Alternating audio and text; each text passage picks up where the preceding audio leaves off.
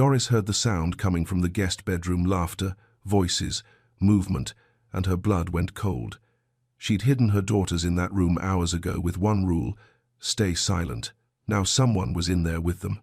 She ran down the hallway, heart slamming against her ribs, pushed open the door, and what she saw shattered everything she thought she knew. Doris Ellison woke up at 4:45 every morning in a cramped apartment in Queens that barely fit the three of them. She'd kiss Ava and Bella while they slept, slip out into the dark, and catch the 5:30 train into Manhattan.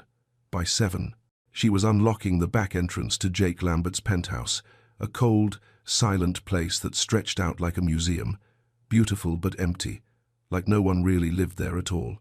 Jake Lambert was a tech billionaire, 46 years old, silver in his hair, eyes that never met yours, a man who'd made his fortune and then disappeared into it.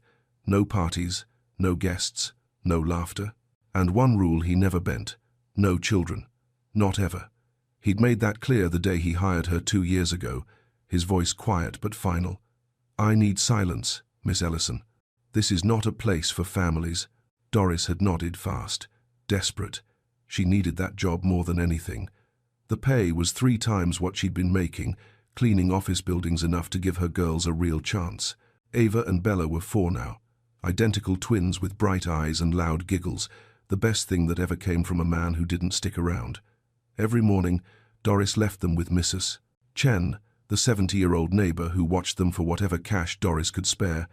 It wasn't ideal, but it worked. Until November 27th, the twins' birthday, Mrs. Chen called at 6 in the morning, her voice weak and shaking. Pneumonia. She couldn't take the girls. Doris stood frozen in her tiny kitchen, phone pressed to her ear, doing the math in her head. Call in sick, lose the day's pay, maybe the job. Take them to her sister's place in Newark, miss the whole shift, definitely lose the job. Or, she looked at Ava and Bella sitting at the table in their matching unicorn pajamas, eating cereal and humming to themselves, and she made a decision that scared her to her core. "Girls," she whispered, forcing a smile, "how would you like to go on a secret adventure with Mama today?" 2 hours later, she was sneaking them through the service elevator of Jake's building, her heart pounding so hard she could barely breathe.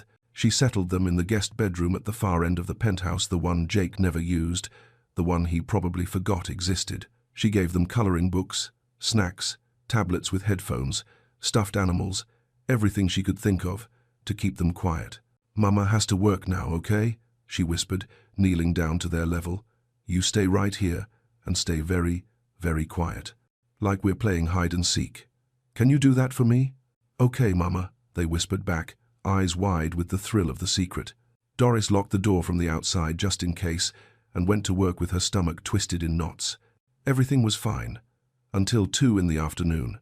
Jake came home early, something he never did, and Doris was in the kitchen when she heard his footsteps heading toward the guest wing. She heard the door handle turn. She heard his voice say something she couldn't make out, and then she heard it, her daughter's voices. She ran. "But before we begin, click subscribe, hit like, and tell me where in the world you're watching from.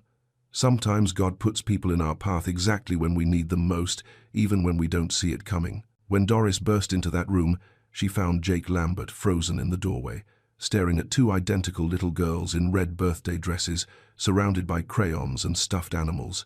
Ava looked up at him with her huge brown eyes and said, in the sweetest voice, "Hi, today's our birthday. I'm Ava, and that's Bella. We're 4. Doris couldn't breathe. Her throat closed up, her hands went numb. "Mr. Lambert, I can explain," but he wasn't looking at her. He was staring at the girls like he'd seen a ghost. His face had gone completely white, drained of color. His mouth opened, but no sound came out at first. "How old did you say?" His voice cracked on the last word. 4, Bella chimed in, holding up 4 tiny fingers, proud and oblivious. And then something Doris never expected happened. Jake Lambert's eyes filled with tears. Actual tears. This man who never showed emotion, who walked through his own home like he was made of stone, his face crumpled. He lowered himself slowly to the floor, his expensive suit wrinkling beneath him, and he whispered, barely audible, 4 years old. Doris stood there, paralyzed, watching as he reached out a shaking hand and gently touched Bella's curls. His fingers trembled, his breath hitched. "Mr. Lambert," she ventured, her voice barely a whisper. He looked up at her, and for the first time in 2 years, she actually saw him, not the cold billionaire, not the distant boss. She saw a man drowning in grief, a man so lonely it hurt to look at him, a man who'd built walls so high and so thick that nothing could get through until now. "Don't fire me," Doris whispered, her voice breaking. "Please. I had nowhere else to take them. I didn't know what else to do." "Fire you?" He let out a laugh, broken, rusty, like he'd forgotten how. He shook his head, wiping his eyes with the back of his hand. "Miss Ellison, He stopped, swallowed hard. "When's their birthday?" "Today, November 27th.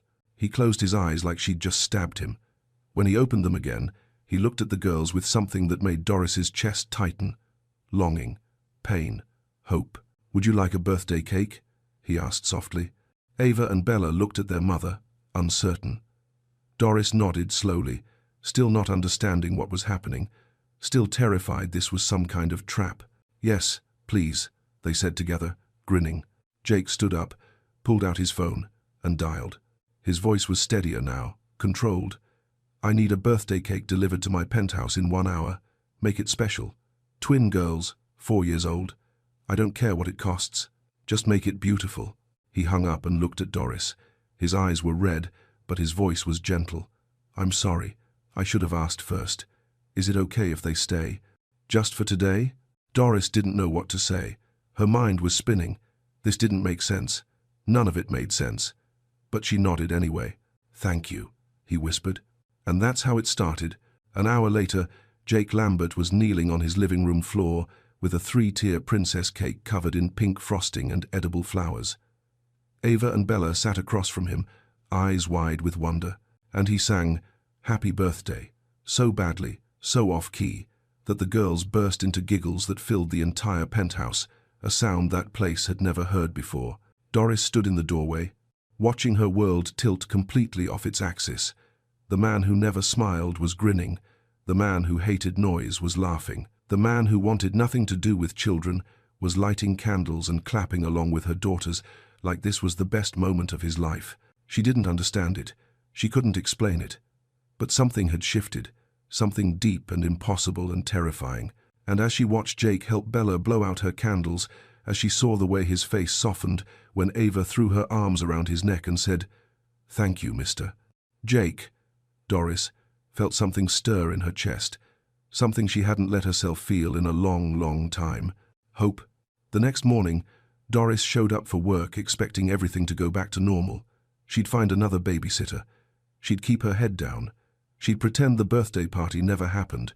But when she walked into the kitchen, Jake was already there, leaning against the counter with a cup of coffee in his hand. "Miss Ellison," he said quietly. "About yesterday." Her stomach dropped. "Here it comes. The firing. The speech about boundaries. If you ever need to bring them again," he continued, his voice soft, almost tentative, "you can. Whenever Mrs. Chen can't watch them, they can stay here." Doris blinked. "I'm sorry, what?" "I mean it." He looked down at his coffee. "I don't mind. Actually, I'd like that." She didn't know what to say, so she just nodded, throat tight.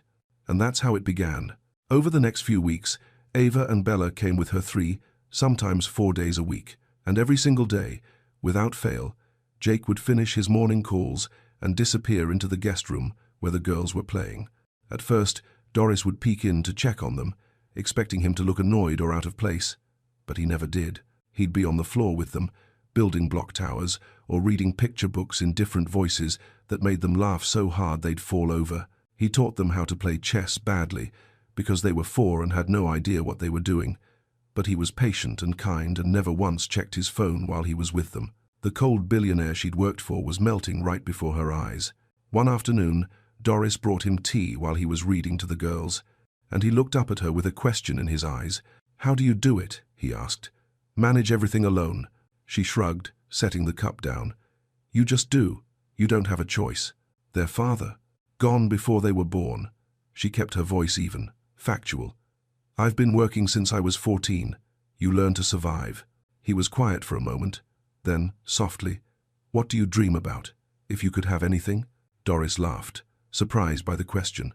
"A home." Nothing fancy, just mine.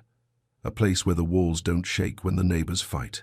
Where my girls have their own room. Jake nodded slowly, like he was filing that information away somewhere. He started sharing things too. Small things at first. How the penthouse felt like a prison sometimes. How he'd built this entire life and had no one to share it with. Money fixes everything except the emptiness, he said one evening, staring out at the city lights. It just makes bigger. The girls started calling him Mr. Jake. He'd light up every time they said it, like hearing his name in their voices was the best sound in the world. He brought them books, art supplies, sweets hidden in his coat pockets. One day, he showed up with 2 matching pink scooters with helmets and knee pads. "Mr. Lambert, this is too much," Doris started. "Please," he interrupted, and there was something almost desperate in his voice. "Let me do this. Let me be part of their lives, even just a little." And Doris felt something shift inside her, a flutter in her stomach when he smiled, a warmth in her chest when he asked about her day like he actually cared. She tried to fight it, told herself she was being foolish, that he was her boss, that this couldn't be real. But then he'd look at her, really look at her, and she'd forget every reason why this was impossible. She was starting to believe, starting to hope, starting to imagine a future she'd never let herself dream about. Until the day her sister Rhonda came to visit and saw Jake on the floor with Ava and Bella, all 3 of them laughing like family. Rhonda showed up on a Saturday afternoon without warning, the way sisters do when they're worried. Doris was in the kitchen preparing lunch when the doorbell rang. Jake had taken Ava and Bella to the living room to teach them a card game, and their laughter echoed through the penthouse. Rhonda walked in, set her purse down, and within 30 seconds her eyes found Jake on the floor with the girls. She watched him for a long moment, watched how Ava climbed onto his back, how Bella showed him her drawing, how he smiled at them like they were precious. "Doris," Rhonda said quietly, "we need to talk." They stepped into the hallway, and Rhonda's face was tight with something that looked like fear. "How long has this been going on?" "He's just being kind, Rhonda. He loves the girls. That's what I'm worried about." Rhonda grabbed her arm, voice dropping to a whisper. "Listen to me. I've seen this before. Rich white men who get attached to black children, they start thinking they could give them a better life, better schools, better everything. And then they convince themselves the mother isn't good enough." "Rhonda, stop. I'm serious. Next thing you know, they're calling CPS, building a case, claiming you're unfit. They have lawyers, Doris, power, money, everything you don't have." Doris felt her chest tighten. "Jake would never. That's what they all think." Rhonda's eyes were fierce. "Until they lose everything. Be careful, please." After Rhonda left, Doris stood in the hallway for a long time, her sister's words replaying in her head like a warning she couldn't unhear. That night, she couldn't sleep. The seed had been planted, and once it was there, it started to grow. She began noticing things she hadn't paid attention to before. The way Jake asked detailed questions about the girls' preschool, whether they were learning enough, if the teachers were good. One afternoon, she walked past his office and heard him on the phone. "I'm looking into educational opportunities." "Yes, for young children." Her heart stopped. A few days later, she was dusting his desk and saw a business card partially hidden under some papers. "Dr. Sarah Chen, child psychologist, consultation services." Why would he need a child psychologist? She told herself she was being paranoid, that Rhonda had gotten into her head. But then she found documents in his study pages about family law, custody arrangements, legal guardianship. He'd printed them out, highlighted sections. Doris felt the walls closing in. She started pulling back, answering his questions with one word instead of full sentences, avoiding eye contact, keeping the girls closer, watching Jake more carefully when he was with them. He noticed. Of course he noticed. "Doris, did I do something wrong?" he asked one evening, confusion written all over his face. "Everything's fine, Mr. Lambert," she said, forcing a smile that didn't reach her eyes. But it wasn't fine. Nothing was fine. The distance between them grew wider every day. The warmth disappeared. The easy conversations stopped.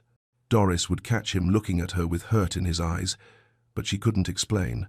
He couldn't tell him that she was terrified he was building a case to take her daughters away. 2 weeks later, she made her decision. She couldn't risk it, couldn't risk them. She walked into his office and placed an envelope on his desk. Her resignation letter. Jake looked up, stunned. What is this? I need to find something else.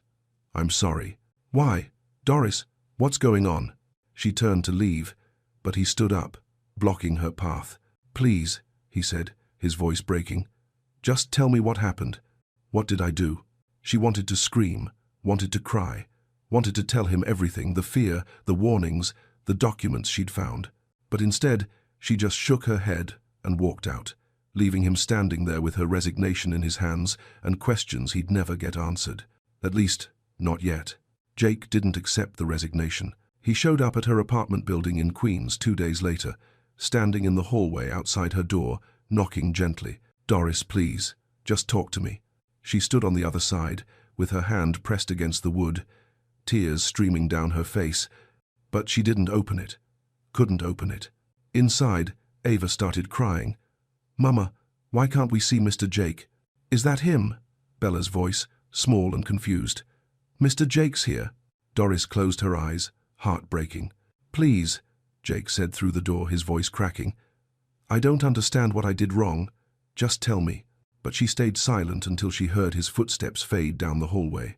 For 3 days, she avoided him, took different routes, didn't answer her phone. But Queens wasn't that big, and Jake wasn't giving up. On the 4th day, he was waiting in her building's stairwell when she came home from a job interview. She turned to leave, but he stepped in front of her. No, he said firmly. You're going to tell me what's happening. And something inside Doris snapped. You want to take them from me. The words exploded out of her, months of fear and exhaustion finally breaking free. Don't pretend you don't know what I'm talking about. I've seen it. The questions about their school, the psychologist's card on your desk, the custody law, documents you printed out. Jake's eyes went wide. What? You think I'm stupid?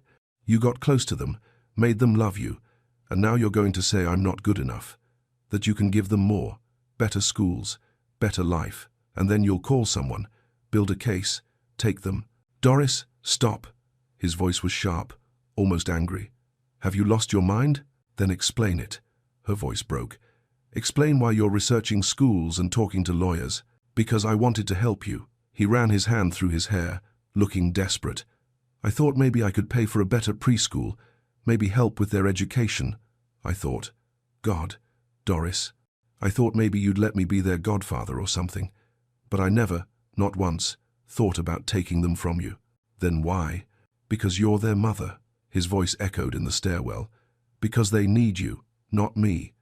Because no amount of money or power could ever replace what you give them every single day.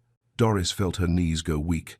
Jake took a shaky breath, and when he spoke again, his voice was softer, broken. Do you want to know the real reason I care so much? She couldn't speak, just nodded. Because I fell in love with the 3 of you. The words came out raw, honest. With Ava and Bella, yes. But with you, Doris, the way you fight for them, the way you love them, the way you make that penthouse feel like a home instead of a tomb. I fell in love, and I didn't know how to tell you. Silence. Doris stared at him, tears streaming down her face, and the truth came tumbling out before she could stop it. I love you too. His head snapped up. But I was terrified, she whispered. You have everything, Jake. Power, money, lawyers, influence. And I have nothing. I clean houses for a living. I can barely afford rent. How was I supposed to believe you wouldn't wake up one day and realize you could do better for them without me? Jake stepped forward and took her hands in his. You have everything, Doris. You're their mother. You're the woman I love. You're the reason I started believing life could be good again. I was so scared, she breathed. I know. He pulled her close, and she let herself collapse against him. I know. They stood there in that stairwell, holding each other, while the world kept spinning outside. And for the first time in weeks, Doris let herself breathe. Maybe this could work. Maybe, just maybe, they could build something real. She wanted to believe it so badly, it hurt. 2 weeks passed, and something fragile and beautiful began to grow between them. Doris went back to work, but everything was different now. Jake would find her in the kitchen and talk to her, really talk, not just polite employer small talk. He asked about her dreams, her childhood, what made her laugh. She told him things she'd never told anyone, about her mother who'd worked 3 jobs, about being hungry as a kid and swearing her daughters would never know that feeling. And he listened like every word mattered. They were careful around each other, testing the ground like it might break beneath them. But there were moments, his hand brushing hers when he handed her coffee, the way he'd smile when she walked into a room, the quiet conversations that stretched long into the evening after the girls had fallen asleep. Doris still insisted on working. "I don't want to depend on anyone," she told him firmly. "I need to take care of myself." "I know," he said softly. "That's one of the things I love about you." Things felt hopeful, gentle, new. And then Jake had to fly to London for business. 5 days, he said, kissing her forehead before he left. "I'll call every night. And I'm giving you full access to the whole penthouse, all of it. Make yourself at home." "We'll be fine," she assured him. "I'll bring the girls something special," he promised, ruffling Ava's hair. Bella wrapped her arms around his leg and didn't want to let go. The first 2 days went smoothly. Doris cleaned, played with the girls, and talked to Jake on the phone every evening. He sounded tired, but happy, asking about every little detail of their day. On the 3rd day, Doris was dusting the hallway at the far end of the penthouse when she noticed something she'd never seen before. A door. Locked. She'd worked here for 2 years and had never noticed this door. It wasn't hidden, exactly, but it blended into the wall in a way that made it easy to overlook. She tried the handle. Locked. Something about it bothered her. Why would one room be locked? What was he hiding? She told herself to leave it alone, to trust him, but Rhonda's voice crept back into her mind. "Be careful. Rich men with secrets."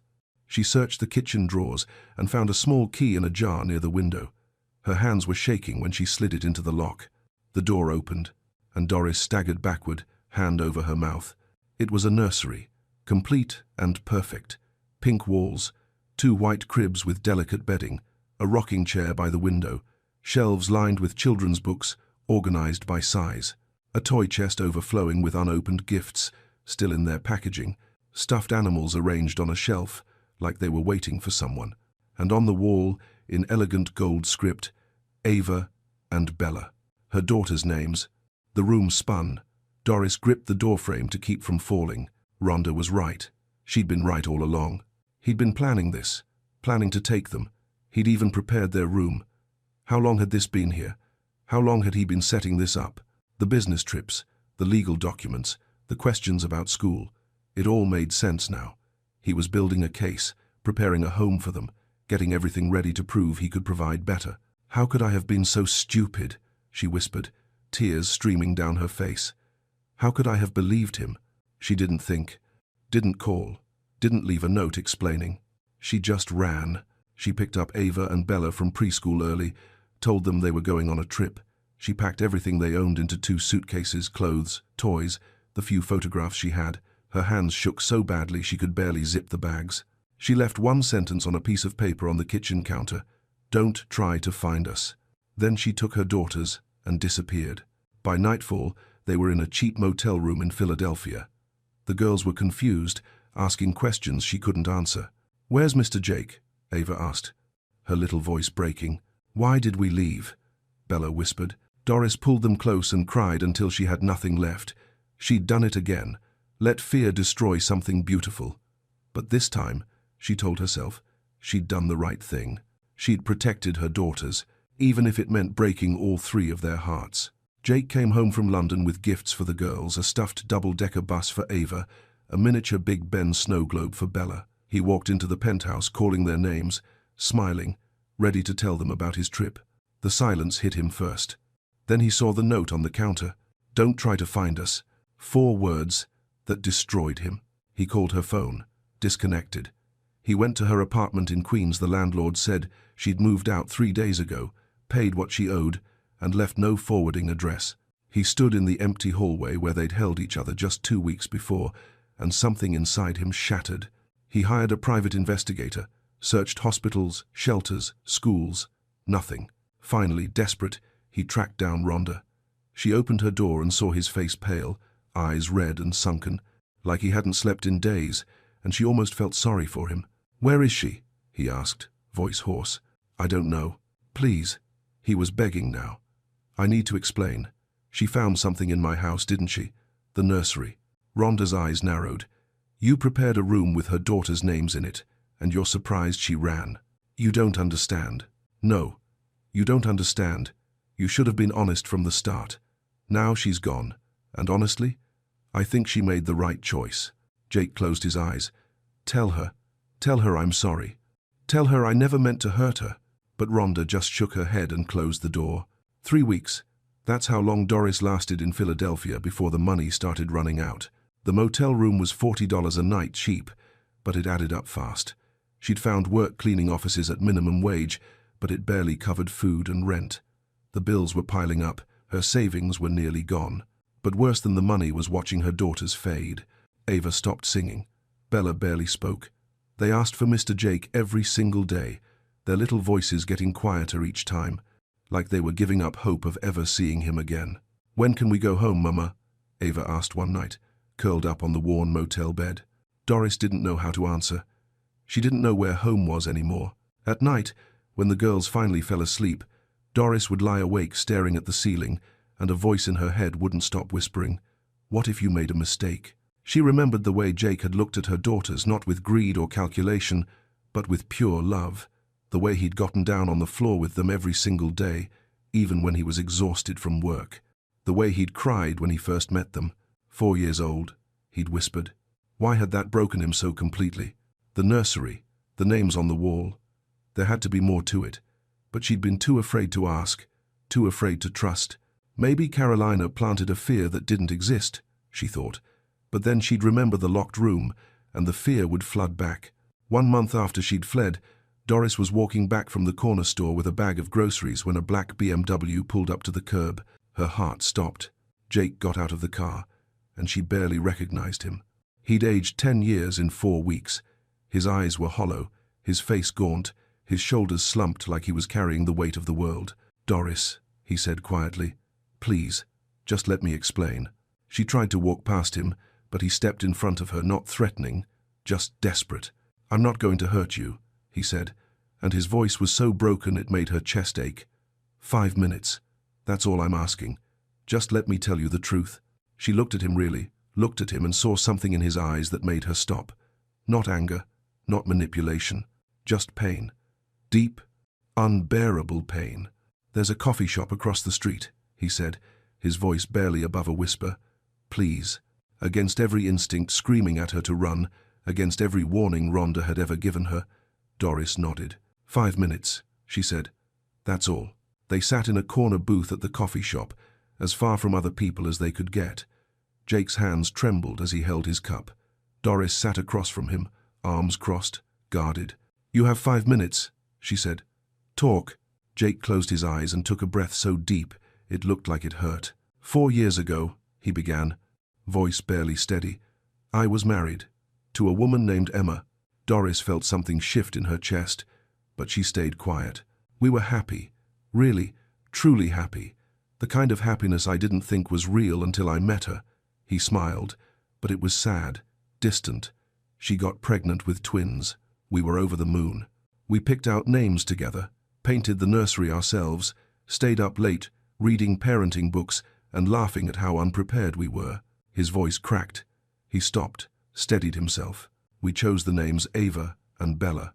Doris's breath caught. The due date was November 27th. Emma went into labor that morning, and we rushed to the hospital. We were so excited. Scared, but excited. He paused, staring down at his coffee like he could see it all playing out in the dark liquid. But there were complications. Things went wrong fast. They tried everything, emergency C-section, transfusions, everything. But he couldn't finish. Didn't need to. "Emma didn't make it," he whispered, "and neither did our daughters. I lost all 3 of them in one night." Doris felt tears streaming down her face before she even realized she was crying. "I couldn't go into the nursery after that," Jake continued. "Couldn't even look at the door. I locked it and threw away the key. For 4 years, that room stayed sealed. I'd walk past it every day and pretend it didn't exist. Pretend I hadn't lost everything that mattered." He looked up at her now, eyes red and broken. "And then I met your daughters, November 27th, their 4th birthday, and one of them looked up at me and said, 'I'm Ava,' and the other said, 'I'm Bella,' the exact names Emma and I had chosen. on the exact day I'd lost my family. "Oh God," Doris whispered, covering her mouth. "I wasn't planning to steal your daughters, Doris." His voice broke completely now. "I was finally able to open that door again because of them. They gave me life again, hope again. For the first time in 4 years, I didn't feel like I was drowning." He reached across the table, but didn't touch her, just let his hand rest there, open, offering. "I thought maybe I could transform that space of grief into something beautiful. Prepare it for the family I dreamed of building with you. It was supposed to be a surprise, a way of showing you I was serious, that I wanted a future with all 3 of you." "I was so wrong," Doris choked out. "Jake, I'm so sorry. You weren't wrong to be afraid," he said gently. "You were protecting your daughters. I understand that. But I need you to understand something too." He leaned forward, and when he spoke, his voice was raw with truth. "I didn't want to replace Emma and my daughters. I wanted to honor their memory by loving again, by being the father I never got to be. With you. Together. As a family." Tears streamed down his face now. "But if you don't want that, I understand. Just please, don't keep Ava and Bella from me. Let me be in their lives, even if it's just visits. Even if it's just—" "I want that family too," Doris interrupted, her voice shaking. "I want you. I was just so scared of losing them that I destroyed the one thing that made all of us happy." They reached for each other at the same time, meeting in the middle of that table, holding hands like lifelines. "I'm sorry," she whispered. "So am I." And in that small coffee shop in Philadelphia, 2 broken people began to heal. That evening, Doris brought Jake back to the motel. When she opened the door, Ava and Bella were sitting on the bed watching cartoons. They looked up, and time stopped. "Mr. Jake," they screamed and launched themselves off the bed, running so fast they nearly tripped over each other. They threw their arms around him, and Jake dropped to his knees, pulling them close, his whole body shaking. "I missed you," he whispered into their hair. "I missed you both so much." "We thought you left us," Bella said, her little voice muffled against his chest. "Never," he said fiercely. "I will never leave you. I promise." Doris watched from the doorway, tears streaming down her face, and felt something settle in her chest. This was real. This was right. 3 days later, they moved back into the penthouse. Jake insisted Doris didn't have to work anymore, but she refused. "Not yet," she said. "Let me do this my way." "Okay," he said softly. "Whatever you need." That first night back, after the girls had fallen asleep in the guest room, Jake took Doris's hand. "There's something I need to show you," he said quietly. "If you're ready." She knew what he meant. They walked down the hallway together, and he opened the door to the nursery. Doris stepped inside, but this time, she saw it differently. "This rocking chair," Jake said, his voice gentle, "was Emma's. Her grandmother gave it to her when she found out she was pregnant. She used to sit here and read to her belly, talking to the babies like they could already hear her." He picked up a soft blue blanket from one of the cribs. "I bought this the day we found out we were having twins," Emma cried, happy tears for an hour.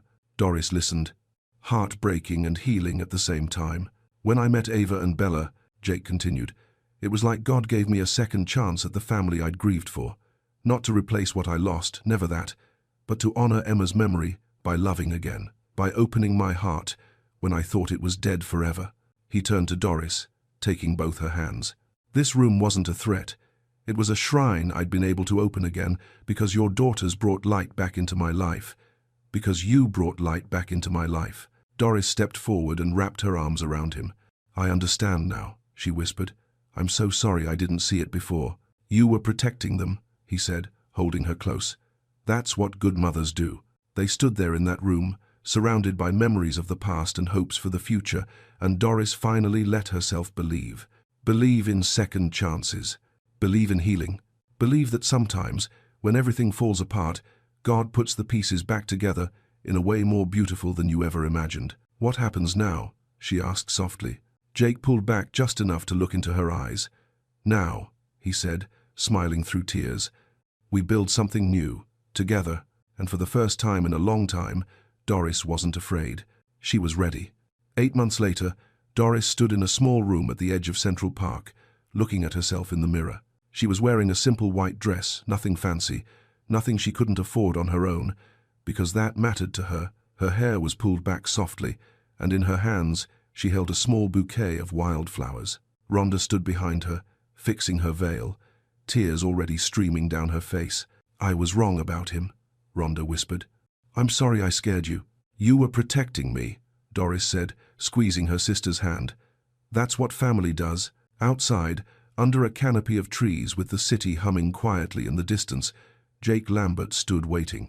He wore a simple suit, no tie, and when Doris walked toward him with Ava and Bella as her flower girls in white dresses with red bows, his face broke into the kind of smile that makes you believe in miracles. The ceremony was short. Just a few close friends, a minister who spoke about second chances and the kind of love that heals old wounds. When Jake said, "I do," his voice cracked. When Doris said it back, she meant it with every piece of her heart. And when the minister said, "You may kiss your bride," Jake pulled her close and whispered, "Thank you for trusting me. Thank you for not giving up," she whispered back. The reception was at the penthouse, but it didn't look like the cold, empty place Doris had first walked into years ago. Now the walls were covered with photographs Ava and Bella at the park, family dinners, birthdays, ordinary moments that meant everything. The refrigerator was cluttered with crayon drawings held up by magnets. Toys were scattered in corners. Laughter filled the rooms. It was alive. As the evening wound down and the last guests left, Doris found Jake sitting on the couch, looking tired but happy. The girls had changed into their pajamas and were eating leftover cake at the coffee table, their faces covered in frosting. Bella set down her fork, climbed into Jake's lap, and looked up at him with those big brown eyes. "Daddy," she said, her voice small and sweet, "can we have cake for breakfast tomorrow?" Everything stopped. Jake froze. Doris froze. It was the first time either girl had called him that. Ava's head snapped up, and she scrambled over, climbing onto his other knee. "Please, Daddy?" Jake looked at Doris, and tears were streaming down his face, the kind of tears that come from a place so deep you didn't know it existed. Doris nodded, crying too, her hand over her heart. "Yes, my girls," Jake whispered, pulling them both close. "We can have cake whenever you want." He held them like that for a long time, and Doris watched, knowing she was witnessing something sacred. A man who'd lost everything, finding a family he never thought he'd be allowed to have. Two little girls who'd never had a father, learning what it felt like to be cherished. A woman who'd been afraid to trust, discovering that some people really do stay. Later that night, after the girls had fallen asleep in their room, the nursery, transformed now into a space full of life and laughter and love. Doris and Jake stood by the window, looking out at the city lights. "Emma would have loved them," Jake said softly. "I think she'd be happy you found your way back," Doris whispered. He pulled her close. "Every year on November 27th, I used to dread waking up. It was the worst day of my life. And now?" He smiled. "Now, it's the day I celebrate two little girls who taught me that love doesn't replace what you've lost. It makes room for something new, something just as precious."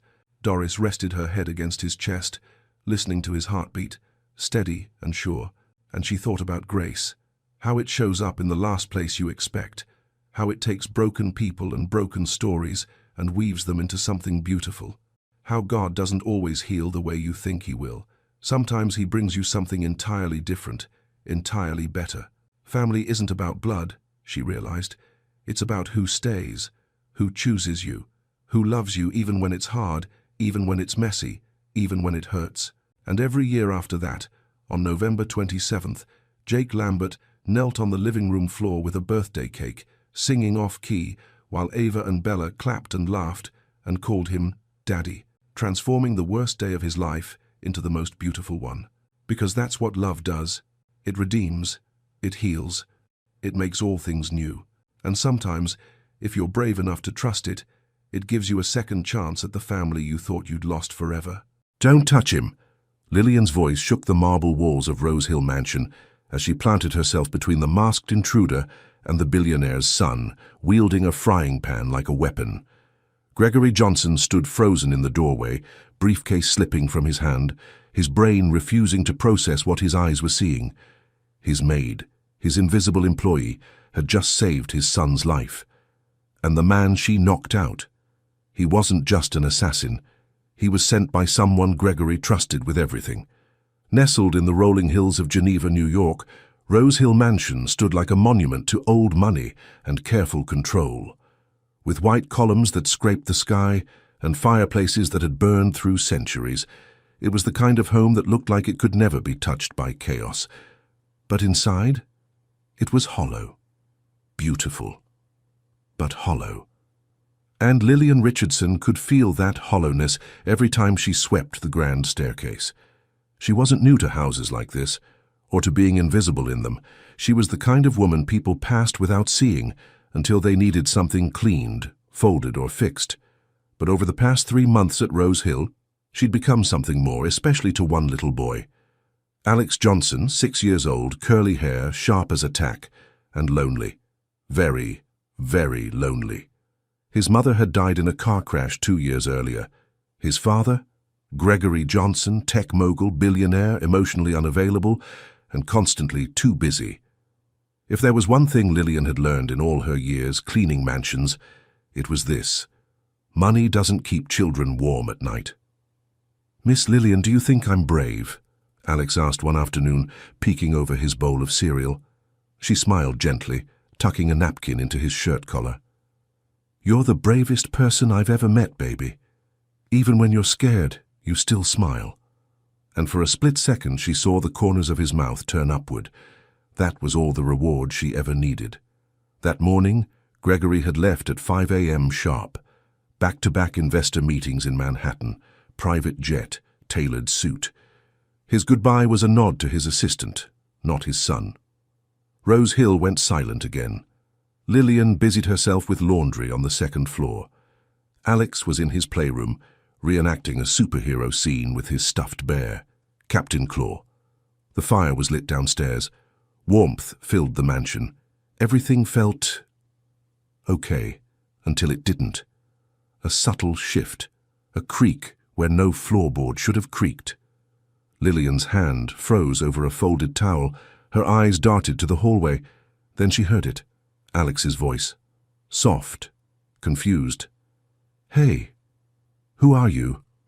Her blood ran cold. She moved fast, quietly. Years of survival had taught her how to read danger without making a sound. She reached the main foyer just in time to see it. A man, tall, dressed in black tactical gear, crouched near the playroom entrance. He was reaching into his coat. Instinct overrode fear. Lillian grabbed the first thing she could from the kitchen counter, a frying pan, and ran. "Don't touch him!" she screamed, her voice cutting through the mansion like a knife. The intruder turned just in time to meet cold metal to his temple. He dropped. Hard. Alex screamed. Lillian shielded him, and that's when the front door opened. Gregory Johnson stepped inside, one hand holding a teddy bear he picked up from a boutique in Manhattan, the other clutching his briefcase. His gaze landed on the scene. His son, crying. His maid, panting. A man, bleeding on the floor. And the weapon? A kitchen frying pan. His brain couldn't keep up with his eyes. This wasn't business. This wasn't stock market logic. This was raw, real, unexplainable, and it would change everything. If your heart skipped even once during that scene, if you felt even a flicker of fear for that little boy or respect for the maid who stood her ground, then ask yourself, why aren't you subscribed yet? Real stories like this don't just entertain, they stay with you. So don't just watch, join the family, hit subscribe. We've only just begun. The silence that followed was louder than the scream that came before it. The frying pan slipped from Lillian's fingers and hit the marble floor with a dull metallic thud. The sound echoed across the mansion like a church bell tolling for the dead. Gregory Johnson still hadn't moved. He stood in the open doorway, rain speckled across his tailored coat, briefcase half open at his side, the teddy bear soaked and dangling from his hand. His eyes weren't on the intruder. They were locked on her, the maid, the one he barely remembered hiring, the one who had just saved his only son's life. Lillian was shaking, not from fear, from adrenaline. She dropped to her knees beside Alex, pulling him into her arms as he sobbed against her chest. His tiny fists clung to her shirt, like she was the only solid thing in a crumbling world. "It's okay, baby, I've got you." "You're okay," she whispered, rocking him gently. Her voice cracked, but her hands didn't. That's when Gregory finally spoke. "What the hell happened?" It wasn't anger, it was disbelief. He stepped forward slowly, eyes flicking between his son, the man on the floor, and Lillian. She didn't answer right away. She was too busy checking Alex's face, his arms, his legs, making sure he wasn't hurt. It wasn't until she was certain, absolutely certain, that she looked up at Gregory. He was going to kill him. Her voice was firm, low, controlled. Gregory's heart stopped. "What?" "I saw him. Masked. Armed. He was reaching for something. Alex was right there. I did what I had to do." Gregory's face tightened. He dropped the bear and strode toward the unconscious man. Kneeling down, he checked for a pulse. Still alive. A weapon lay inches from the man's open hand. A small handgun with a silencer. Gregory recoiled. This wasn't a random break-in. It wasn't a robbery. This was a hit. Inside his own home. Targeting his son. A sudden wave of nausea crashed into him. He staggered to his feet, ran a hand through his damp hair, and looked around, really looked. Alex, clinging to Lillian, Lillian holding him like her own. The gun, the body, the frying pan, his mansion once pristine, now stained with something raw. "Why?" he started, then stopped. His voice broke. "Why would someone do this?" Lillian stood slowly. She held Alex's hand, but never looked away from Gregory. "I don't know, sir, but it wasn't random." A beat passed. "And it wasn't petty." Gregory, quiet, shaken. How long was he in the house before you saw him?" Lillian, "I don't know. A minute? Less. I was folding laundry upstairs. Then I heard Alex talking to someone he didn't recognize." Gregory, "And you just," gesturing to the pan, "ran in?" Lillian, "I ran because no one else would have gotten there in time." Gregory looked away, shame crawling up his throat. She was right. He wasn't there. The guards weren't there. The cameras didn't alert anyone. The system he paid millions for had failed. But she hadn't. Lillian stood in front of that man, with nothing but a cast-iron pan and courage, and Gregory couldn't look her in the eyes. Not yet. He turned toward the hallway and barked into his Bluetooth headset. "Security, lockdown, call the police, no one comes in or out. I want this man alive and I want to know who sent him now." As he spoke, Lillian knelt again beside Alex. His breathing had steadied. He looked up at her with wide, wet eyes. "Miss Lillian, are you going to leave?" She swallowed the lump in her throat. "No, baby, I'm not going anywhere." From the corner of the room, Gregory heard it. That softness, that motherhood, something he hadn't heard in that house since his wife died. Something he hadn't given Alex in months, maybe years. He looked at Lillian again, and for the first time he didn't see a maid. He saw a woman who had just changed everything. The flashing lights from the police cruisers turned Rose Hill's manicured driveway into a crime scene. Uniformed officers stepped over the estate's marble threshold with measured urgency, their radios hissing with clipped phrases. The once silent mansion now pulsed with the hum of investigation and suspicion. But inside, it was quieter than ever. Gregory Johnson stood by the fireplace staring into the flames, hands clenched behind his back. His custom Italian suit was still damp from the rain, but he hadn't moved to change. He hadn't said much at all. He just stood there, like a man trying to understand how his fortress had cracked.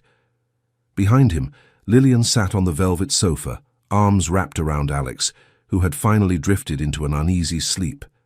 Her uniform was wrinkled, hair a mess, hands still trembling from the weight of everything that had happened.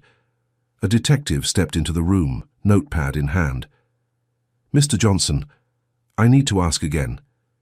Do you know anyone who would want to hurt your son?" Gregory turned slowly. His jaw was tight, his eyes rimmed with exhaustion. "No, absolutely not." "Any family disputes? Custody battles? Former employees?" "None. I live a private life." The detective raised an eyebrow, but didn't press further. He scribbled something, then turned to Lillian.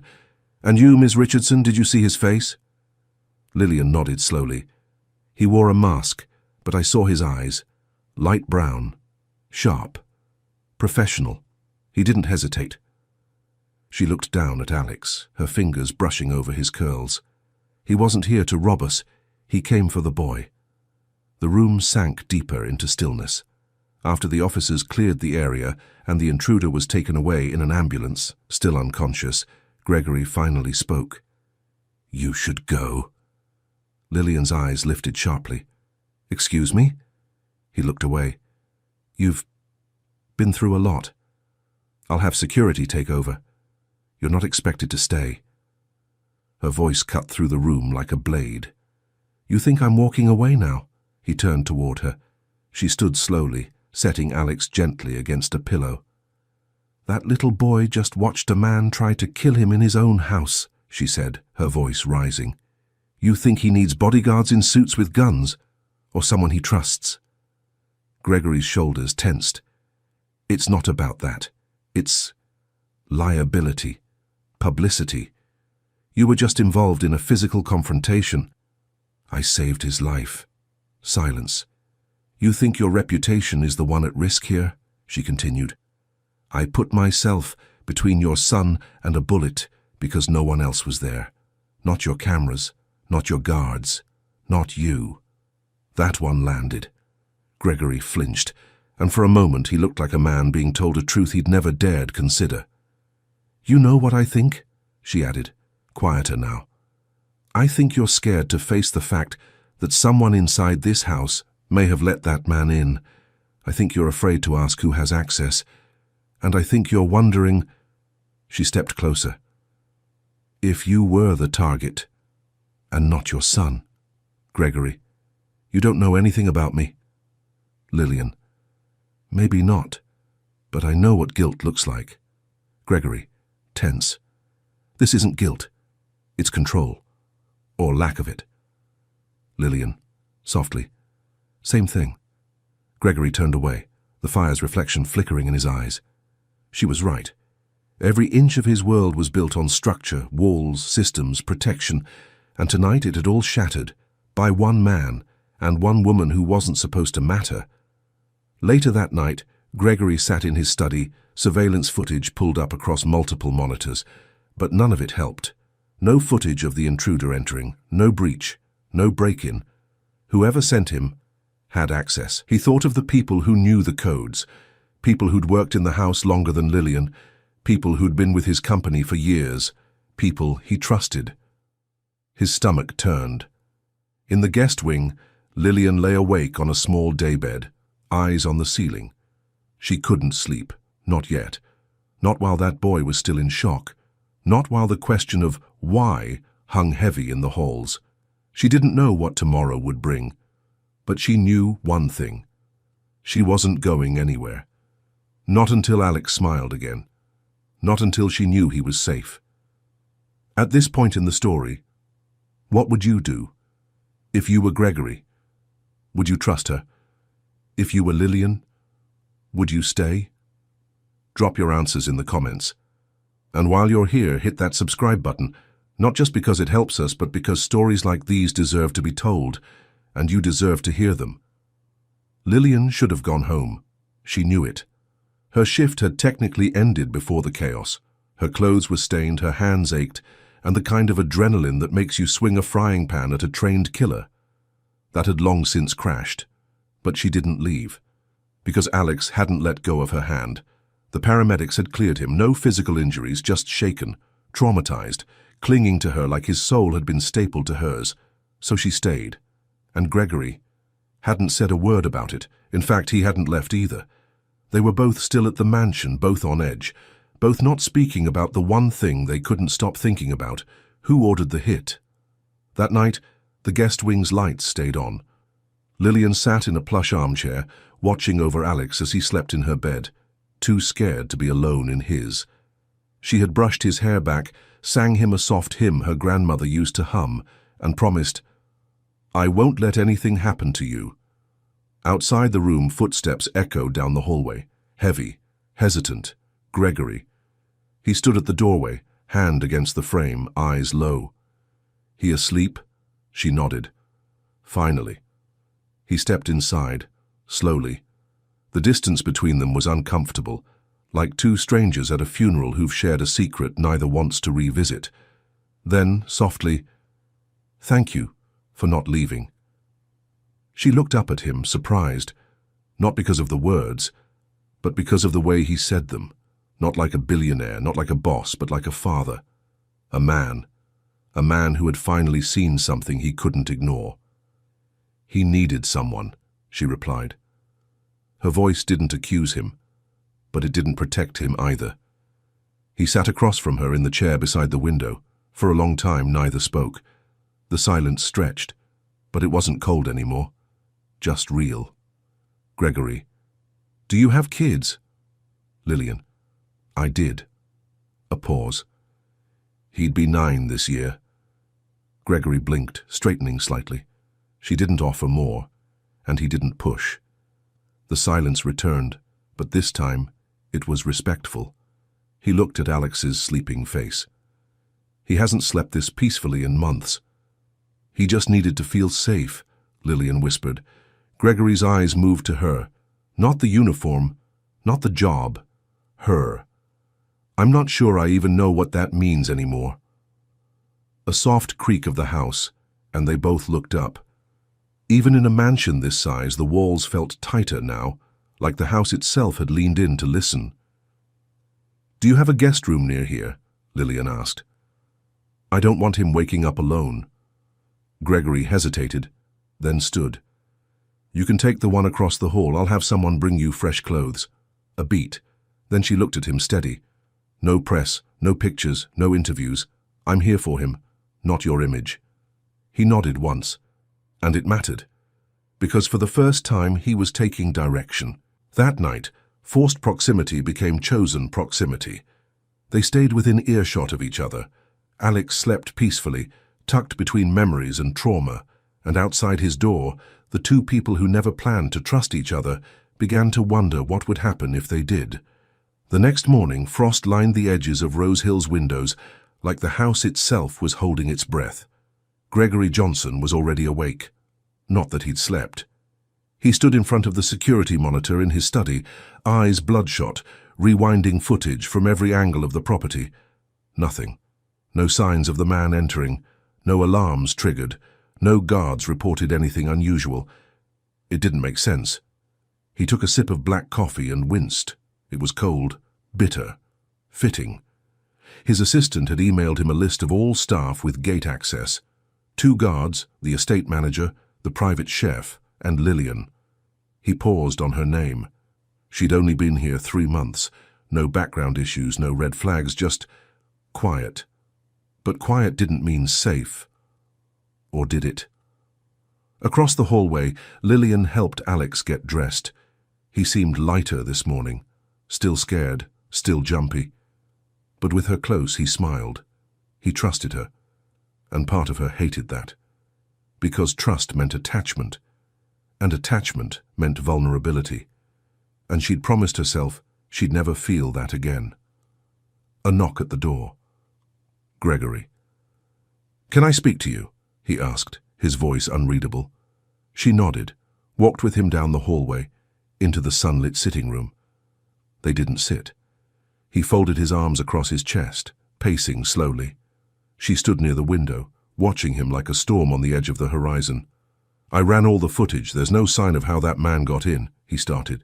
She said nothing. But someone let him in. Still, she didn't respond. Not defensiveness, not fear. Just silence. "Lillian, who are you really?" Now her eyes met his. Not wide, not panicked, just steady. "I used to work with at-risk youth," she said, "before cleaning homes, before this." Gregory blinked. "In Chicago, I was a community worker. My son, Jamal, he was shot outside a convenience store." Her voice didn't crack, but her eyes did. "I spent 2 years trying to fix a system that didn't want to be fixed, and when that broke me, I left. I cleaned houses because they didn't need me to care, just to show up, mop, and leave." A pause. "But then I met Alex." Gregory swallowed hard. Everything he thought he knew about her reshuffled in an instant. Gregory, softly. Why didn't you tell me? Lillian. Because people don't hire maids with dead sons and activist records. Gregory. I would have. Lillian, quiet. No, you wouldn't have seen me. He exhaled sharply, like the truth had punched him in the chest. She was right. He hadn't seen her at all. Later, Gregory sat alone at the kitchen island, flipping through digital access logs. A ping from his assistant lit up his phone. FYI, the estate manager's credentials were used to disable the perimeter camera feeds 2 hours before the attack. He froze. The estate manager, a man who had worked with Gregory for 7 years, a man who knew everything. Gregory's face paled. He stood, the chair scraping back against the polished floor. He'd trusted the wrong person. Meanwhile, back in the guest wing, Lillian stood by the window, watching Alex play with a puzzle. But her mind wasn't on the boy. It was on Gregory. For the first time, she wasn't sure he was the one who needed protecting. She had a feeling something worse was coming, something that would shatter everything. The fire in the Rose Hill living room had burned low, casting long amber shadows across the hardwood floor. The house for once wasn't silent from cold, but from peace. It was the first quiet moment since everything shattered. Lillian sat cross-legged on the thick Persian rug, helping Alex build a Lego rocket. His fingers were tiny but precise, his face deeply focused. Gregory leaned against the doorway, holding 2 mugs of warm tea, one for him, one for her. No suit tonight, just a sweater and slacks. He looked human. Not Mr. Johnson, just Gregory. He stepped in slowly and handed her the cup. She accepted it with a small nod. Chamomile, he said. Figured you've had enough chaos. She smirked faintly.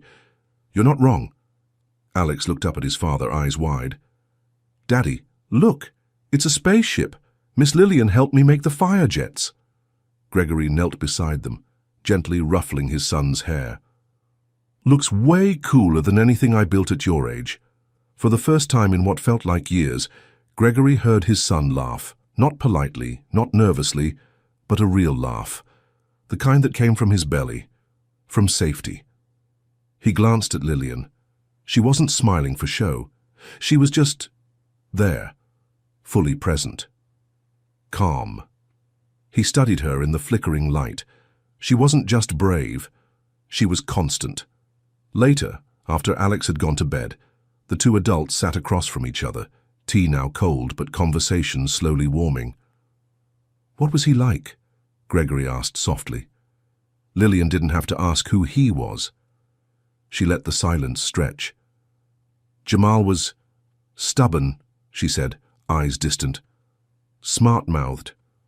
Always thought he knew better than me. A soft laugh. He used to line up his toys like soldiers, always had to have them in a certain order. God forbid you moved one. Gregory smiled. Alex is like that with his stuffed animals. A pause. Do you miss him every day? He asked, voice nearly breaking. No, she said quietly. Only when I breathe. Gregory. You're stronger than anyone I know. Lillian. You don't have to be strong to survive, just tired of being broken. Gregory. Still. I don't know how you do it. Lillian, softly. You don't have to know. You just have to stay in the room. The fire crackled. Outside, the wind howled over the hills. But inside that room, it was the first time 2 broken people had stopped trying to hide it. Lillian looked at him. You should talk to him more, you know. Gregory blinked. Alex? She nodded. He doesn't want your money. He just wants your voice, your time, even if it's awkward, even if you don't know what to say. He stared into the fire. I don't know how to be enough for him. You're already everything, she whispered. You just forgot how to show it. For a moment it felt like the whole mansion sighed, as if it too had been waiting for this moment of honesty, of 2 people meeting not as maid and master, not as protector and employer, but as mother and father in a house that had forgotten how to hold warmth. If you've ever lost someone, or loved someone so much it made your voice catch, then you know what this moment means. The sun outside was soft, gentle even, a deceptive calm. Inside Rose Hill, it was the kind of day where you could almost forget what happened. Almost. Alex was drawing superheroes at the dining table. Lillian had just brought him a fresh sandwich, crusts cut off the way he liked.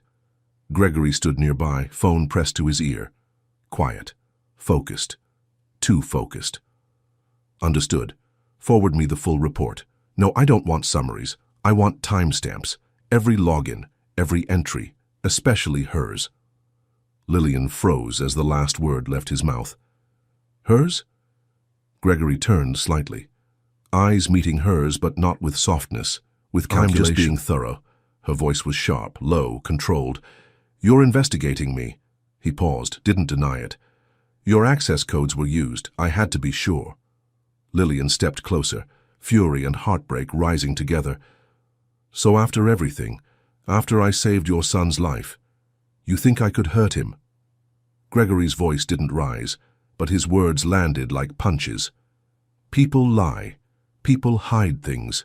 You lied about your past. What else should I overlook? Silence. Alex looked up, confused. Lillian's chest rose and fell. I didn't lie. I just didn't hand you my pain like a resume. Gregory took a step toward her, the space between them now unbearable. And what if I told you someone linked to your past was tied to the hit, that the man in custody used to work in the same organization you did? She blinked. The room spun slightly. You think I planned it? Her voice broke. That I used my son's memory, used Alex as bait. Gregory's jaw clenched. I don't know what to think anymore. That was it. The sentence that shattered the bridge they'd been building. Lillian took a slow step back, eyes burning. Lillian. You know, I thought I was imagining it. This shift in you. The way you started to see me. As more than just a maid. As someone who mattered. Gregory. You do matter. Lillian. Not enough to be believed. She turned, walking toward the hallway. Gregory moved after her. Lillian, wait. She stopped at the stairs, voice trembling but clear. No. I stayed because of Alex. I opened up because I thought I finally found a place where I wasn't just tolerated, but trusted. She looked back. But I won't stay somewhere I'm watched like a threat. Not again. She disappeared up the stairs. The silence left behind was heavier than any accusation. That night, Gregory sat alone in the living room, the house darker than usual. The fire was out. So was Alex's smile, because Lillian didn't come back down. And Alex kept asking over and over again, is she mad at me? Did I do something wrong? Where's Miss Lillian? Gregory had no answers, only guilt. The mansion echoed with absence, and for the first time since the attack, Gregory felt truly alone.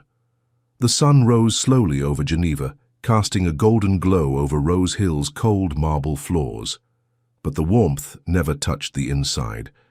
Gregory sat alone in the study, staring at an untouched cup of coffee. No emails, no calls, just silence. Lillian hadn't come down, and the guest wing door remained closed. He had broken something, not because he was wrong to be cautious, but because he forgot she was a person, not a file. And that trust doesn't survive under suspicion. In the guest room, Lillian sat on the edge of the bed, staring at the duffel bag she hadn't touched since she got here. She had packed her things that morning. She could leave. She should leave.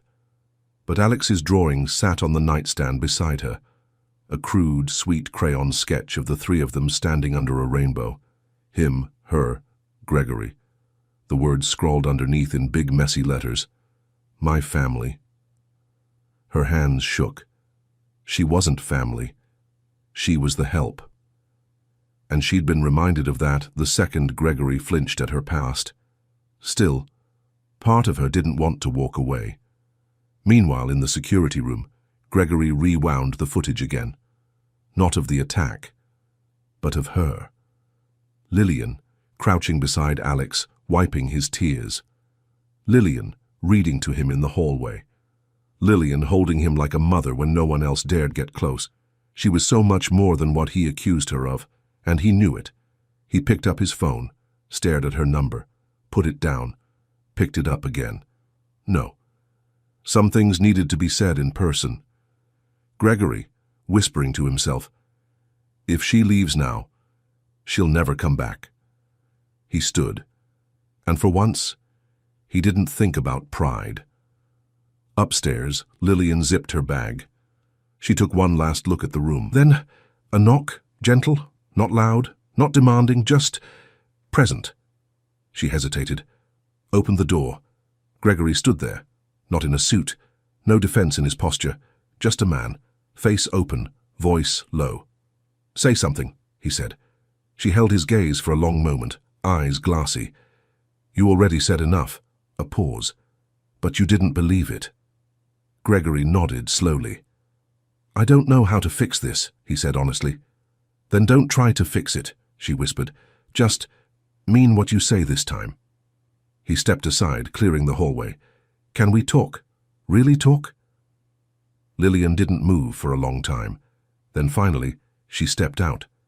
Not with trust, but with a thread of willingness.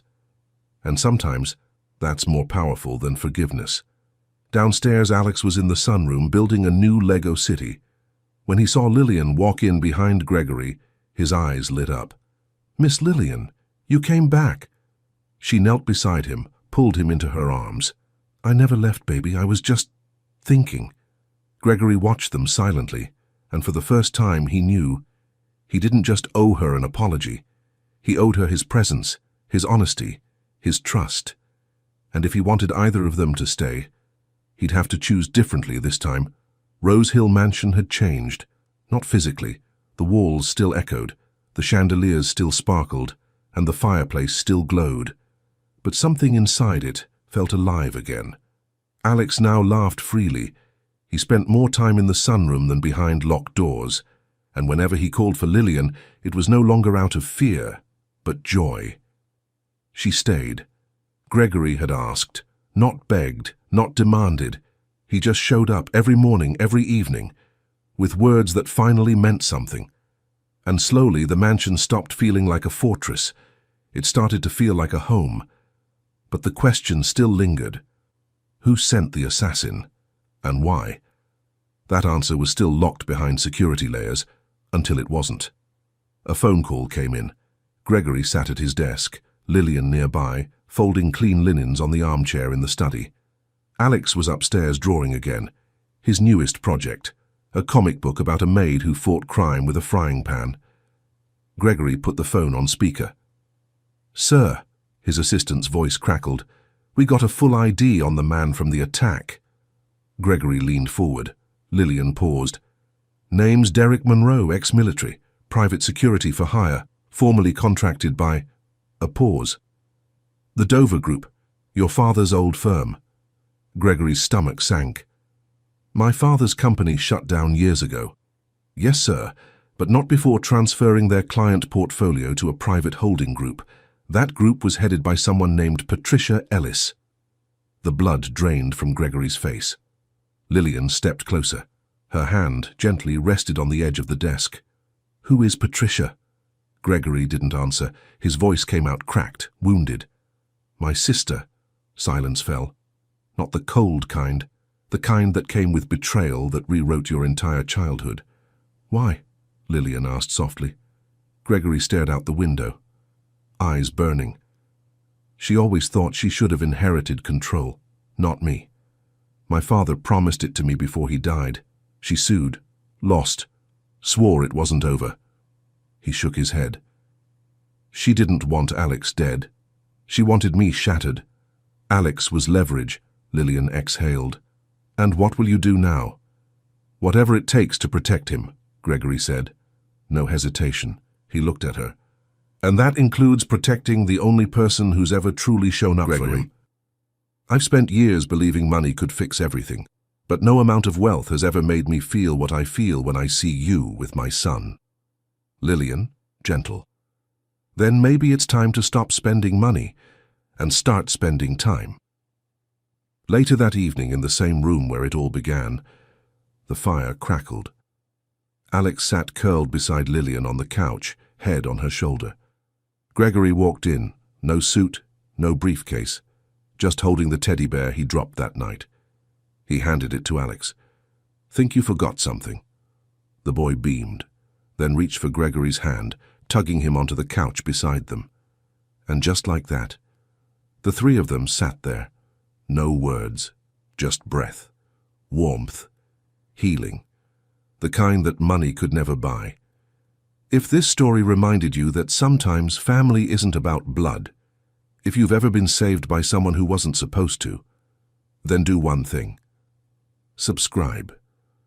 Because you're not just watching stories here, you're becoming part of them.